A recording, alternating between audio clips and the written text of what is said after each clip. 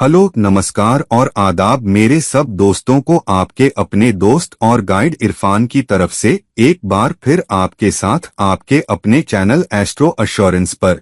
जब मैंने अपनी वीडियो रिलीज की थी कि आपको खूबसूरत जीवन साथी मिल रहा है या नहीं, तो उस पर 2-3 रिक्वेस्ट्स आई थीं कि जीवन साथी के किरदार पर एक वीडियो बनाई जाए, क्योंकि आज के ज़माने में जीवन साथी का किरदार बहुत अहम है। आज जिस तरह से आप जीवन साथी के किरदार को देखते हैं वो पुराने जमाने से बहुत अलग है।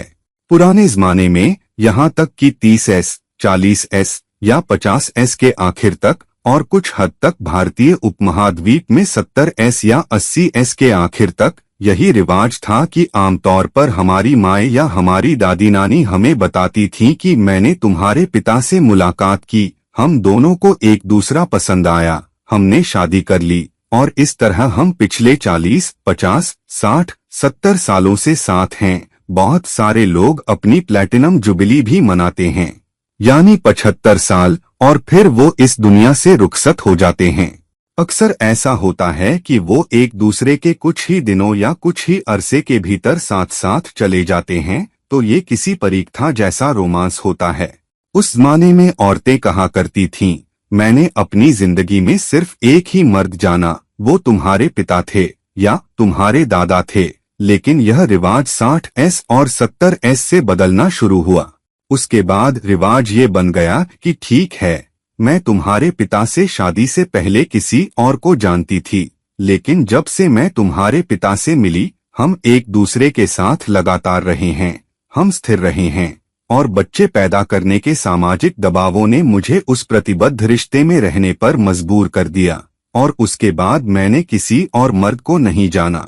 यही बात मर्दों के लिए भी थी। मर्द भी हमेशा कहा करते थे कि मुझे कोई लड़की पसंद थी या मैं उस लड़की के साथ घूमता फिरता था, लेकिन शादी के बाद शादी के सारे दबावों या जीवन साथी, बीवी और बच्चों के प्रति प्रतिबद्धता ने मुझे बाहर कहीं और नहीं देखने दिया। लेकिन यह रिवाज खासकर 90S के बाद से बदल गया, जहां खुले रिश्ते आम हो गए। खुले रिश्ते से मेरा मतलब है कि लोग बहुत सारे लोगों को डेट करते थे और आखिर में किसी एक के साथ बैठ जाते थे, और हर 10वां-12वां रिश्ता इस वजह से टूट जाता था क्योंकि किसी एक के किरदार में शादी के बाहर देखने या धोखा देने की वजह से चुनौतियां थीं। हालांकि ये अभी इतना आम नहीं था, लेकिन नई सहस्राब्दी से, खासकर 21वीं सदी में कदम रखते हुए, चीजें इतनी बदल गईं कि डेटिंग मुख्य रूप से एक आम बात बन गई और लोग शायद 10 और 20 लोगों को जान लेते थे, इससे पहले कि वो किसी के साथ बैठें, और उसके बाद भी शादियां बहुत मजबूत हुआ करती थीं। लेकिन कभी कभार इधर-उधर कोई लापरवाही हो जाती थी। कभी कभी ये जीवन साथी एक दूसरे को माफ कर देते थे, या कभी कभी ये अलगाव या तलाक तक भी ले जाता था। ये पश्चिम में अधिक प्रचलित हुआ, हालांकि भारतीय उपमहाद्वीप और अन्य देशों में जहां पश्चिमी प्रभाव कम था, रिवाज अब भी यही था कि ठीक है, शादी से पहले 2 नहीं, 3 नहीं, 10 लोग, लेकिन शादी के बाद कमोबेश हम साथ रहे हैं, और अगर मैं तुम्हारे पिता के साथ नहीं बनती तो मैं अलग हो जाती हूँ, तलाक ले लेती हूँ। तो तलाक अधिक खुले, अधिक आम हो गए, और सिर्फ बेवफाई की वजह से नहीं बल्कि दूसरी वजहों से भी। लेकिन बेवफाई या जीवन साथी का किरदार भी उनमें से एक बन गया। तो अब यह सवाल पिछले 10 से 15 सालों में पूरी दुनिया में उठने लगा है। सिर्फ पश्चिमी दुनिया को छोड़ दें कि आपको कैसे पता चलेगा कि कोई अच्छे किरदार का है। अब जिस तरह से मैं आज के समय में अच्छे किरदार को परिभाषित करूंगा, क्योंकि देशकाल पात्र बहुत अहम है, और ज्योतिष भी कहता है कि मौजूदा समय के हिसाब से आपको ज्योतिषीय प्लेसमेंट्स को भी देखना चाहिए। आप प्लेसमेंट का विश्लेषण कर रहे हैं, तो आज के समय में मैं किरदार को इस तरह परिभाषित करूंगा कि अगर किसी वजह से आपने शादी से पहले 2, 3, 4 लोगों को देखा, कितने लोगों को, लेकिन एक बार जब आप किसी प्रतिबद्ध रिश्ते में हैं, तो आपको उस रिश्ते में प्रतिबद्ध रहना चाहिए जब तक कि आप अलग न हो जाएं या रिश्ता टूट न जाए। लेकिन रिश्ते का टूटना बेवफाई की वजह से नहीं होना चाहिए, तब उस व्यक्ति को अच्छे किरदार का कहा जा सकता है। शादी के बाहर कुछ बेहद हानिरहित छेड़खानी या किसी के प्रति आकर्षित होना लेकिन अपने घोड़ों को रोकना शामिल न होना। फिर भी यह कहा जा सकता है कि व्यक्ति अच्छे किरदार का है क्योंकि उसने पूरी दूरी तक नहीं जाया। तो आज के समय में किरदार को इस तरह परिभाषित किया जाना चाहिए कि यदि व्यक्ति किसी प्रतिबद्ध रिश्ते में है, भले ही वह लिव इन रिश्ता हो या शादी का रिश्ता, तो वह शादी के बाहर नहीं देखता। शायद यहाँ वहाँ कुछ हानिरहित छेड़खानी को छोड़कर वह एक ही व्यक्ति के प्रति प्रतिबद्ध है, और यदि शादी में चुनौतियां हैं तो वे बहुत परिपक्वता से अलग हो जाते हैं या अपने रास्ते चले जाते हैं, और तभी वे बाहर देखना शुरू करते हैं क्योंकि वे अब उस रिश्ते में प्रतिबद्ध नहीं हैं, शायद किसी और को डेट करने, शादी करने या जो भी करने के लिए। तो आप इन प्लेसमेंट्स को कुंडली में कैसे देखते हैं? आज के समय में दो प्लेसमेंट्स बहुत अहम हो जाते हैं। एक प्लेसमेंट शुक्र का है क्योंकि शुक्र प्रेम, अंतरंगता और पुरुषों और महिलाओं दोनों के लिए कामदेव का कारक है। हालांकि पुरुषों के लिए शुक्र और भी अहम हो जाता है क्योंकि पुरुषों के लिए शुक्र उनके जीवन में महिलाओं का भी कारक है, लेकिन महिलाओं के लिए उन्हें बृहस्पति को भी देखना पड़ता है क्योंकि बृहस्पति उनके जीवन में पुरुष बनता है। तो महिलाओं के लिए बृहस्पति और शुक्र दोनों अहम हो जाते हैं। तो महिलाओं के पास बृहस्पति 7वें भाव के स्वामी के रूप में और पुरुषों के कारक के रूप में होता है। फिर बृहस्पति का प्लेसमेंट सर्वोपरि हो जाता है, हालांकि शुक्र अभी भी अहम रहता है। इसके अलावा उन लोगों के लिए जिनके पास 7वें भाव के स्वामी के रूप में शुक्र नहीं है, या पुरुषों या महिलाओं के लिए 7वें भाव के स्वामी के रूप में बृहस्पति नहीं है, तो 7वें भाव के स्वामी का प्लेसमेंट, उस पर पड़ने वाली दृष्टियां, वह किस तरह स्थित है, वे अहम हो जाते हैं। तो कुछ प्लेसमेंट्स अगर टाल दिए जाएं, तो काफी हद तक आप कह सकते हैं कि व्यक्ति अच्छे किरदार का हो सकता है, हालांकि अभी भी सवालिया निशान बाकी हैं। तो छठा भाव निश्चित रूप से 7वें भाव के स्वामी के लिए एक ऐसा प्लेसमेंट है जिसमें नहीं जाना चाहिए क्योंकि यह मुसीबत का संकेत हो सकता है। मुसीबत किरदार की वजह से, या व्यक्ति के रिश्ते में प्रतिबद्ध न होने की वजह से, या व्यक्ति के आपके साथ न घुलने की वजह से आ सकती है।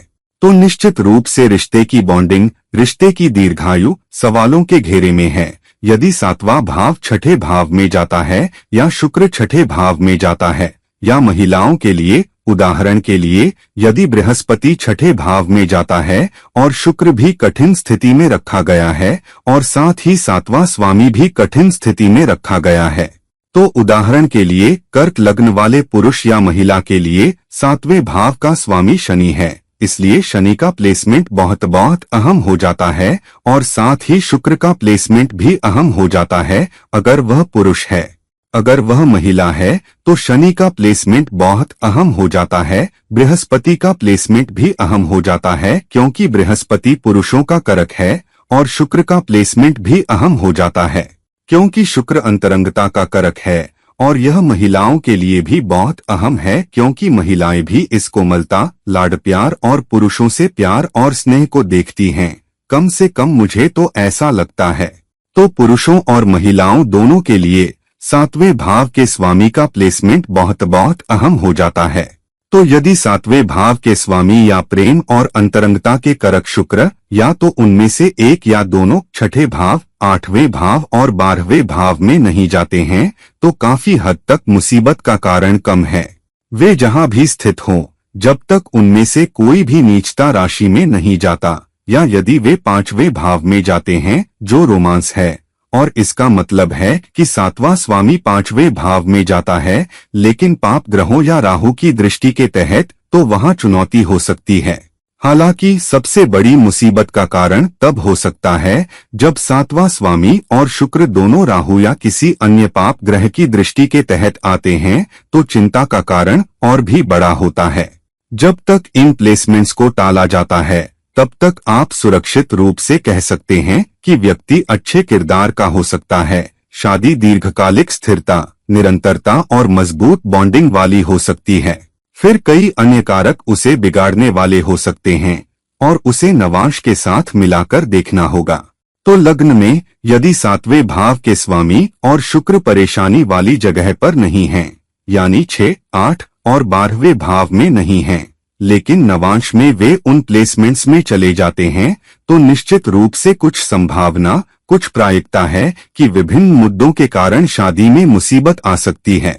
हालांकि यदि नवांश में 7वां स्वामी और शुक्र दोनों परेशानी वाली जगह पर यानी 6ठे भाव या 12वें भाव में और पाप ग्रहों के साथ स्थित हों, तो यह व्यक्ति के संदिग्ध किरदार होने की चुनौती को बढ़ा देता है। काफी हद तक कोई गारंटी नहीं, और इसलिए संभावित चुनौतियों को देखने के लिए लग्न कुंडली और नवांश दोनों को एक साथ देखना होता है। दूसरे भाव में शुक्र, हालांकि उसमें वृषभ ऊर्जा होती है, कभी कभी एक समस्याजन प्लेसमेंट हो सकता है, क्योंकि शुक्र तुला राशि का कारक है जो 7वें भाव का स्वामी है। तो यदि शुक्र दूसरे भाव में जाता है लेकिन पाप ग्रहों की दृष्टि के तहत या पाप ग्रहों के साथ स्थित हो, तो वहां भी परेशानी की जगह है। इसके अलावा आमतौर पर 7वें भाव के लिए ये सुरक्षित भाव हैं। 7वां भाव स्वयं, 9वां, 10वां, 11वां भाव लग्न, दूसरा, तीसरा, चौथा और 5वां, ये सभी भाव सुरक्षित हैं जब तक कि उनमें पाप ग्रह शामिल न हो या उनके साथ 2 या 3 पाप ग्रह स्थित न हो या उन पर दृष्टि न हो और वे नीचता राशि में न हो। तो दोस्तों, चलो सभी 12 राशियों पर एक एक करके कूदते हैं और जल्दी से देखते हैं कि 7वें भाव में ग्रहों या शुक्र के प्लेसमेंट के लिए सुरक्षित प्लेसमेंट क्या हो सकते हैं और क्या कुछ हद तक टाले जाने वाले प्लेसमेंट हो सकते हैं। अब जब हम मेष राशि से आगे देखते हैं तो एक व्यक्ति के लिए रिश्ते में आने के लिए कुछ सुरक्षित प्लेसमेंट क्या हैं। अब यदि आप मेष लग्न में पैदा हुए हैं तो आपके लिए कुछ अहम प्लेसमेंट शुक्र का प्लेसमेंट और 7वां स्वामी बन जाते हैं। अब मेष लग्न वाले के लिए शुक्र दूसरे भाव और 7वें भाव दोनों का स्वामी होता है, इसलिए शुक्र का प्लेसमेंट बहुत अहम हो जाता है, क्योंकि शुक्र अंतरंगता, प्रेम और प्रतिबद्ध रिश्ते का कारक है। तो हाँ, अगर शुक्र अपनी नीचता राशि में 6ठे भाव में जाता है तो यह बड़ी मुसीबत का कारण है, खासकर अगर कोई अन्य पाप ग्रह उसके साथ स्थित हो या उस पर दृष्टि डाले। हालांकि शुक्र के लिए सुरक्षित प्लेसमेंट स्पष्ट रूप से 7वां भाव है, क्योंकि यह अपनी ही राशि में है। हालांकि यदि कोई पाप ग्रह 7वें भाव में शुक्र पर दृष्टि डालता है या शुक्र के साथ स्थित है तो निश्चित रूप से एक चुनौती है। हालांकि यदि शुभ ग्रह चौथे भाव में स्थित हैं या शुक्र चौथे भाव में जाता है, शुक्र दूसरे भाव में भी जाता है, हालांकि यह अपने से 8वां है, फिर भी यह एक अच्छा प्लेसमेंट है। या शुक्र 11वें भाव या 12वें भाव में भी जाता है, यह एक अच्छा प्लेसमेंट है, क्योंकि शुक्र 7वें और दूसरे भाव दोनों का स्वामी है, इसलिए 12वें भाव में उच्चता में जाना भी एक अच्छा प्लेसमेंट हो सकता है। 5वें भाव में शुक्र थोड़ी परेशानी की जगह हो सकती है, खासकर अगर कोई अन्य पाप ग्रह उसके साथ स्थित हो। हालांकि दूसरे, तीसरे, चौथे, 7वें, 9वें, 11वें या 12वें भाव में यह एक अच्छा प्लेसमेंट है, या यह अन्य शुभ ग्रहों के साथ एक शानदार प्लेसमेंट भी हो सकता है। उस लग्न में जहां व्यक्ति का वृषभ लग्न है, ऐसे व्यक्ति के लिए शुक्र 6ठे भाव और लग्न का स्वामी होता है, इसलिए शुक्र बहुत अहम हो जाता है। हालांकि मंगल 7वें भाव का स्वामी है और वह वृश्चिक राशि है, इसलिए यदि शुक्र और मंगल दोनों परेशानी की जगह पर आ जाते हैं तो निश्चित रूप से एक चुनौती है। हालांकि यदि मंगल मजबूत स्थिति में आता है, उदाहरण के लिए 9वें भाव में, या मंगल लग्न में आता है, या मंगल दूसरे या चौथे भाव में आता है, तो यह एक मजबूत प्लेसमेंट है। हालांकि मंगल के साथ साथ शुक्र भी अच्छे प्लेसमेंट में होना चाहिए। उदाहरण के लिए शुक्र 11वें भाव में, शुक्र लग्न में, शुक्र तीसरे भाव में, शुक्र दूसरे भाव में भी कुछ हद तक अच्छा हो सकता है, क्योंकि इसमें वृषभ ऊर्जा है। हालांकि यह निश्चित रूप से लाभ के लिए एक अच्छा प्लेसमेंट है, लेकिन आपका व्यक्ति दोहरे दिमाग वाला बन सकता है। इसलिए यदि शुक्र के साथ दूसरे भाव में कोई पाप ग्रह स्थित है तो यह सबसे बड़ी परेशानी की जगह है। हालांकि निश्चित रूप से शुक्र वृषभ लग्न वाले के लिए 5वें भाव में नहीं होना चाहिए और निश्चित रूप से किसी अन्य पाप ग्रह या राहु की दृष्टि के तहत नहीं होना चाहिए। तो शुक्र का लग्न तीसरे, चौथे, 7वें, 9वें, 10वें या 11वें भाव में आना वृषभ लग्न वाले के लिए अच्छे प्लेसमेंट हो सकते हैं, जब तक कि मंगल भी मजबूत स्थिति में हो और 8वें भाव या तीसरे भाव में न जाए, जहां वह नीच हो जाता है, या 5वें भाव में, जो शुक्र के लिए नीचता राशि है। मिथुन लग्न वाले के लिए बृहस्पति बहुत अहम हो जाता है, क्योंकि बृहस्पति 7वें भाव और 10वें भाव दोनों का स्वामी है। हालांकि शुक्र 5वें और 12वें भाव दोनों का स्वामी है। इसलिए यदि शुक्र परेशानी की जगह पर आ जाता है तो निश्चित रूप से एक बड़ी चुनौती है, क्योंकि बुरी आदतों का 12वां भाव और रोमांस का 5वां भाव सक्रिय हो सकता है और नकारात्मक रूप से। इसलिए शुक्र निश्चित रूप से यहाँ चौथे भाव में या छठे भाव में या 8वें भाव में और कुछ हद तक 12वें भाव में भी नहीं होना चाहिए, जब तक कि वह किसी पाप ग्रह के साथ स्थित न हो या किसी पाप ग्रह की दृष्टि के तहत न हो। इसलिए शुक्र 9वें या 10वें भाव में, तीसरे भाव में या लग्न में भी अच्छा हो सकता है। इसी तरह बृहस्पति भी अच्छी तरह से स्थित होना चाहिए। बृहस्पति 8वें भाव या 12वें भाव में या चौथे भाव या छठे भाव में नहीं होना चाहिए। इसलिए जब शुक्र और बृहस्पति दोनों 6, 8 या 12वें भाव में और नीचता राशि में स्थित हों, तो निश्चित रूप से यह मिथुन लग्न वाले के लिए एक चुनौती हो सकती है।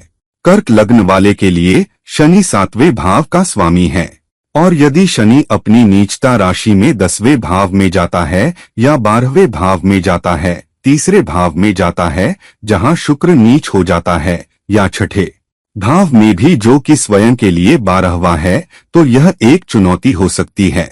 और यदि शुक्र जो गृहस्थ जीवन के चौथे भाव का स्वामी है, यदि वह तीसरे भाव या 12वें भाव या 8वें भाव या छठे भाव में भी जाता है, तो यह परेशानी की जगह हो सकती है।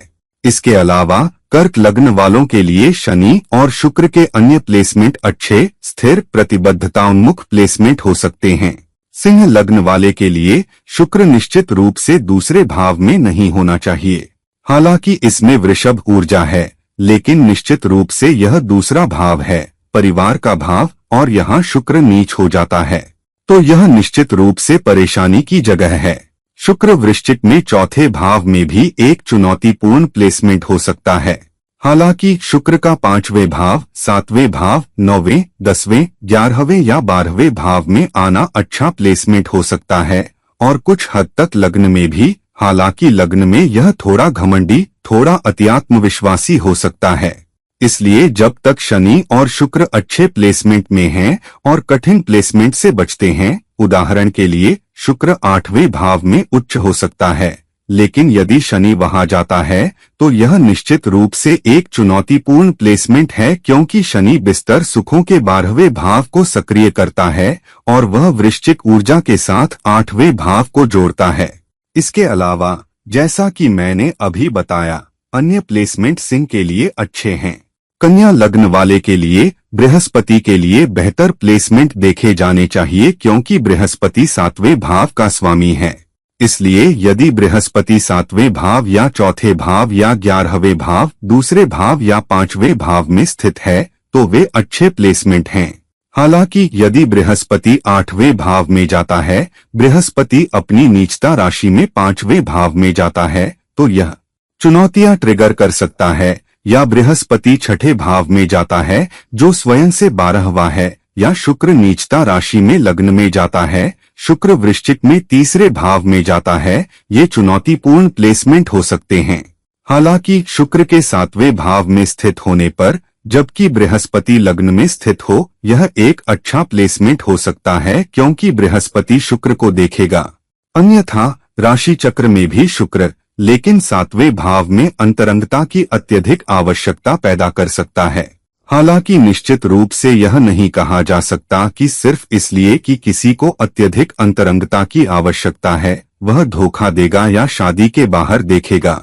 तुला लग्न के लिए शुक्र के लिए बेहतर प्लेसमेंट, जो लग्न और 8वें भाव दोनों का स्वामी है, स्वयं लग्न में, चौथे भाव में, 5वें भाव में, या 9वें, 10वें या 11वें भाव में भी हैं। हालांकि यह निश्चित रूप से 12वें भाव में और छठे भाव में भी नहीं होना चाहिए, जहां यह उच्च होता है, लेकिन क्योंकि यह 7वें भाव से 12वें भाव में है जिसमें तुला ऊर्जा है, यह एक चुनौती हो सकती है। और शुक्र या मंगल का 8वें भाव से जुड़ना निश्चित रूप से परेशानी की जगह हो सकती है। साथ ही 12वां भाव भी। मंगल 7वें भाव का स्वामी है, इसलिए मंगल या तो 12वें भाव में या छठे भाव में या चौथे भाव में स्थित हो, यह तुला लग्न वाले के लिए चुनौतियां पैदा कर सकता है। वृश्चिक लग्न वाले के लिए शुक्र बहुत अहम हो जाता है, क्योंकि शुक्र 7वां स्वामी और प्रेम, अंतरंगता, प्रतिबद्धता और बॉन्डिंग का कारक दोनों है। इसलिए यदि शुक्र 7वें भाव में स्थित है तो यह एक अच्छा प्लेसमेंट हो सकता है। हालांकि साथ ही शुक्र का 9वें या 10वें या चौथे या दूसरे या तीसरे भाव में जाना अच्छा हो सकता है, लेकिन शुक्र का लग्न में जाना चुनौतियां पैदा कर सकता है, क्योंकि शुक्र वृश्चिक राशि में जाएगा। शुक्र का 5वें भाव में जाना भी एक अच्छा प्लेसमेंट हो सकता है, जब तक कि उस पर किसी शुभ ग्रह की दृष्टि हो। हालांकि शुक्र का 5वें भाव में किसी पाप ग्रह की दृष्टि के साथ जाना निश्चित रूप से शादी के प्रति प्रतिबद्धता में और जिस तरह से व्यक्ति किरदार के साथ खुद को वहन करता है उसमें चुनौतियां पैदा कर सकता है। शुक्र का छठे भाव में जाना भी एक चुनौतीपूर्ण प्लेसमेंट हो सकता है, क्योंकि इसमें कन्या ऊर्जा है जहां शुक्र नीच हो जाता है और यह अपने 7वें भाव के स्वामित्व के प्लेसमेंट से 12वां प्लेसमेंट है। शुक्र का 11वें भाव में जाना निश्चित रूप से एक चुनौती हो सकता है, क्योंकि व्यक्ति अत्यधिक सामाजिक हो सकता है और शायद ही किसी स्थिर रिश्ते और एक आपसी और स्थिर रिश्ते में प्रतिबद्ध हो। इसलिए कुल मिलाकर शुक्र का दूसरा, तीसरा, चौथा, 7वां, 9वां, 10वां प्लेसमेंट और कुछ हद तक 12वां प्लेसमेंट भी अच्छे प्लेसमेंट हो सकते हैं, और 11वां नहीं या मंगल, क्योंकि इसमें 8वें भाव की ऊर्जा है और बुध का प्लेसमेंट भी अहम हो जाता है। इसलिए जब तक मंगल और बुध अच्छी तरह से स्थित हैं, किसी नीचता राशि में या 8वें या छठे भाव या 12वें भाव में नहीं हैं, तब तक यह वृश्चिक लग्न वाले के जीवन साथी के लिए प्रतिबद्धता, वफादारी और अच्छे किरदार का प्लेसमेंट हो सकता है। धनु लग्न वाले व्यक्ति के लिए उसके लिए 7वें भाव का स्वामी बुध है, और यदि बुध अपनी नीचता राशि में चौथे भाव में जाता है तो यह एक बड़ी चुनौती हो सकती है, क्योंकि चौथा भाव गृहस्थ सुख का भाव है। हालांकि शुक्र चौथे भाव में उच्च होता है, इसलिए यदि बुध और शुक्र दोनों चौथे भाव में स्थित हों तो यह कुछ राहत देगा, क्योंकि बुध की नीचता कर्क है। हालांकि बुध का छठे भाव में जाना या शुक्र का बुध के साथ छठे भाव में जाना एक चुनौतीपूर्ण प्लेसमेंट हो सकता है, लेकिन बुध का 9वें, 10वें, 11वें भाव लग्न दूसरे, तीसरे या 5वें भाव में जाना अच्छे प्लेसमेंट हो सकते हैं, जब तक कि शुक्र छठे, 8वें, 10वें या 12वें भाव में न जाए। तब किसी अन्य प्लेसमेंट के लिए धनु लग्न वाले का व्यक्ति या जीवन साथी कोई ऐसा व्यक्ति हो सकता है जो प्रतिबद्ध हो, रिश्ते में अच्छी तरह से बंधा हो और संपत्ति के चौथे भाव में उच्च होने के कारण शादी में सौभाग्य ला सके। मकर लग्न वाले के लिए चंद्रमा बहुत अहम हो जाता है, क्योंकि चंद्रमा सहानुभूति, प्रेम, स्नेह और आराम का भी कारक है। इसलिए यदि चंद्रमा 11वें भाव में स्थित होता है जहां वह नीच हो जाता है, या सिंह राशि में 8वें भाव में भी जिसमें कोर 2 ऊर्जा है, या छठे भाव में, तो यह एक चुनौतीपूर्ण प्लेसमेंट है। इसके अलावा चंद्रमा का 7वें भाव में अपनी ही राशि में स्थित होना, लेकिन किसी अन्य शुभ ग्रह की दृष्टि के तहत एक बेहतर प्लेसमेंट हो सकता है। लेकिन चंद्रमा का बुध के साथ स्थित होना या चंद्रमा का राहु के साथ या राहु, शनि या केतु की दृष्टि के तहत स्थित होना रिश्ते में चुनौतियां ला सकता है। हालांकि चंद्रमा का 10वें, 12वें भाव लग्न दूसरे, तीसरे, चौथे या 5वें भाव में आना मकर लग्न वाले के जीवन साथी के लिए अच्छे प्लेसमेंट हैं, जब तक कि शुक्र भी मजबूत स्थिति में हो और 8वें, 9वें, 11वें या छठे भाव में न जाए। इसलिए कोई अन्य प्लेसमेंट अच्छे हैं। इसलिए जब तक चंद्रमा और शुक्र मजबूत हैं, आप कह सकते हैं कि मकर लग्न वाले का व्यक्ति या जीवन साथी प्रतिबद्ध और मूल व्यक्ति से अच्छी तरह से बंधा हो सकता है। कुंभ लग्न वाले के लिए यहाँ सूर्य बहुत अहम हो जाता है, क्योंकि सूर्य 7वें भाव का स्वामी है। इसलिए सूर्य या तो 8वें भाव या छठे भाव या 12वें भाव में स्थित नहीं होना चाहिए और कुछ हद तक 9वें भाव में भी नहीं, क्योंकि यह वैवाहिक जीवन में भी ब्रेक दे सकता है। हालांकि सूर्य का 10वें 11वें भाव लग्न, दूसरे, तीसरे या चौथे भाव में जाना अच्छे प्लेसमेंट हो सकते हैं और कुछ हद तक 5वें भाव में भी। हालांकि शुक्र निश्चित रूप से कर्क राशि में छठे भाव में या अपनी नीचता राशि में 8वें भाव में या वृश्चिक राशि में 10वें भाव में स्थित नहीं होना चाहिए। इसलिए जब तक सूर्य और शुक्र दोनों अच्छी तरह से और मजबूत स्थिति में हैं, कोई यह कह सकता है कि कुंभ लग्न वाले का जीवन साथी कोई ऐसा व्यक्ति हो सकता है जो प्रतिबद्ध हो और घर पर एक स्थिर रिश्ते में मूल्य जोड़ता हो। मीन लग्न वाले के लिए बुध बहुत अहम हो जाता है, क्योंकि बुध लग्न में नीच हो जाता है। इसलिए यह समाज में व्यक्ति की प्रतिष्ठा और गरिमा में भी चुनौतियां ला सकता है। इसलिए जब तक बुध लग्न में या 8वें या 12वें या छठे भाव में स्थित नहीं है, यह एक सुरक्षित प्लेसमेंट है। बुध 9वें 10वें 11वें, कुछ हद तक 12वें या दूसरे, तीसरे, चौथे और 5वें भाव में अच्छे प्लेसमेंट हैं। हालांकि शुक्र निश्चित रूप से 7वें भाव में नहीं होना चाहिए, क्योंकि यह वैवाहिक रिश्ते में बड़ी चुनौतियां पैदा कर सकता है, क्योंकि शुक्र 7वें भाव में कन्या राशि में नीच हो जाता है। शुक्र 8वें भाव में ठीक हो सकता है, लेकिन बेहतर है कि इससे 8वें या 9वें भाव और छठे भाव में बचा जाए।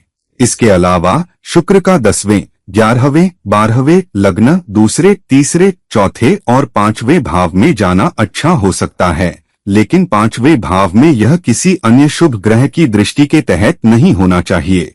अब बात करते हैं किसी ऐसे व्यक्ति की कुंडली के बारे में जिसने स्वीकार किया कि उसने रिश्ते में रहते हुए धोखा किया और सार्वजनिक रूप से माफी भी मांगी।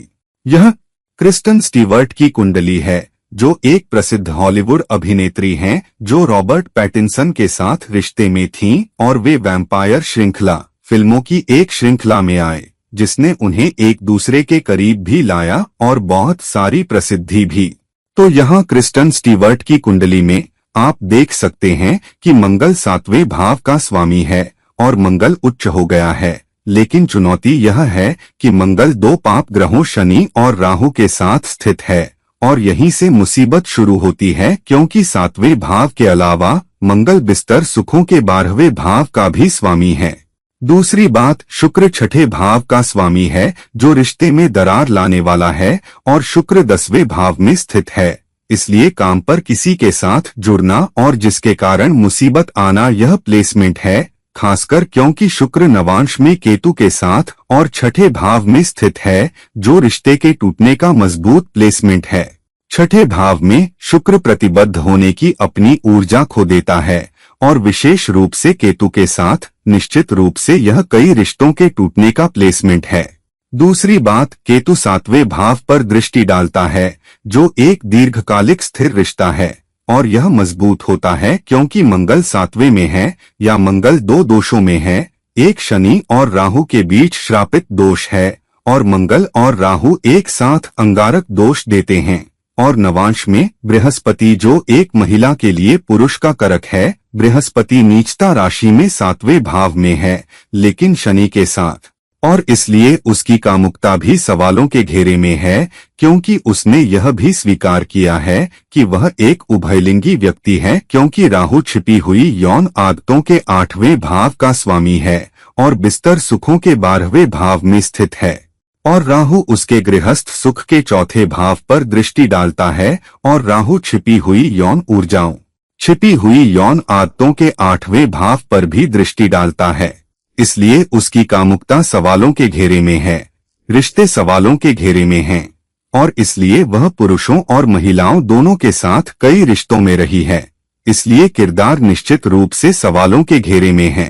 तो दोस्तों, अब जब हमने देख लिया है कि 12 राशियों के लिए कुछ प्लेसमेंट, कठिन प्लेसमेंट कैसे हो सकते हैं, तो कोशिश करें और समझें, लेकिन सिर्फ इसलिए कि आप मान लें कि कोई है तो कोई डरावनी बात न बनाएं। इसलिए सिर्फ इसलिए कि आपके जीवन साथी या जिसके साथ आप रिश्ते में हैं या जिसके साथ रिश्ते में आना चाहते हैं, उसके कुछ तथाकथित अच्छे न दिखने वाले प्लेसमेंट हैं, तो सिर्फ इसलिए यह न मान ले कि किरदार सवालों के घेरे में है। लोगों को और करीब से समझना बेहतर है, लोगों पर और अधिक भरोसा करना, और फिर इस बात का अंदाजा लगाना कि वे रिश्ते में आपसे निकटता और पहुंच के मामले में और कोई रहस्य नहीं रखने के मामले में कैसे निकलते हैं।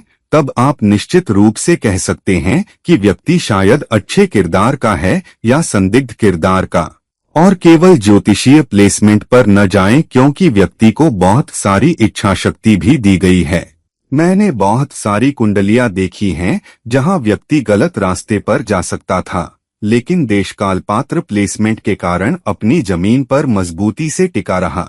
इसलिए जो व्यक्ति अधिक रूढ़िवादी परिवार, अधिक संकोची परिवार से आता है, वह अपनी जमीन पर बना रह सकता है, भले ही दूसरे भाव का स्वामी गलत स्थिति में हो।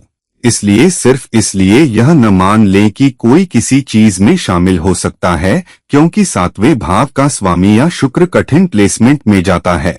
दूसरे भाव का स्वामी और 9वें भाव का स्वामी बहुत मजबूत होने पर उनके मूल्य और सिद्धांत उन्हें शामिल होने से रोकने के लिए बचाव में आ सकते हैं। इसलिए सावधान रहें कि आप स्थिति का आकलन कैसे करते हैं। अगर अलार्म बजाने का कोई कारण नहीं है तो सिर्फ अलार्म न बजाएं। और भरोसा एक मजबूत रिश्ते की रीढ़ है, और किरदार का निर्माण भी भरोसेमंद होने से शुरू होता है। इसलिए यदि आप आम तौर पर भरोसेमंद हैं, तो आपको एक भरोसेमंद साथी भी मिलता है।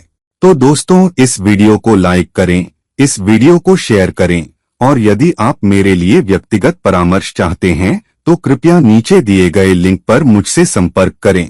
किसी और समय किसी और वीडियो के साथ यह आपका दोस्त और गाइड इरफान आपको नमस्कार करता है। शुक्रिया।